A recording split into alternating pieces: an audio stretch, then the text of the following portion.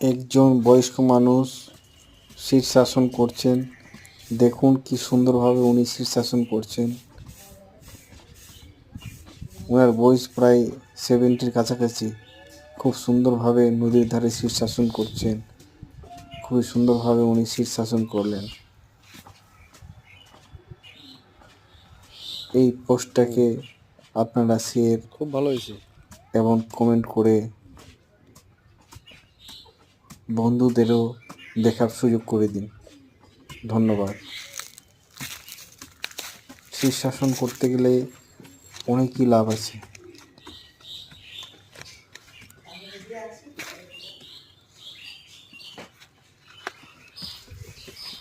কি সুন্দরভাবে উনি শীর্ষাসন করছেন। ইনি কিন্তু খুবই অভিজ্ঞ মানুষ। ইনার মধ্যে অনেক কিছুরই জ্ঞান আছে, যেমন গীতার জ্ঞান আছে, যেমন মহাভারত, অনেক কিছু মন্ত্র উনি জানেন। খুবই অভিজ্ঞ মানুষ, খুবই ভালো মানুষ। বাহ খুব সুন্দর হয়েছে এই শীর্ষাসন করার পর শবাসন করতে হয় না, একটু হাঁটা চলা করতে হয়। হাঁটা চলা করতে হয়। কারণটা হলো আচ্ছা শোভাসন শোভাসনকে কোনটা বলছেন আপনি? হ্যাঁ, শোভাসন কোনটা বলছেন? শবাসন যে শুয়ে হাঁটে করে যে প্রত্যেকটা আসন করার পর এখন করে দরকার নাই, শবাসন করতে একটু পরে করে যাবে তো।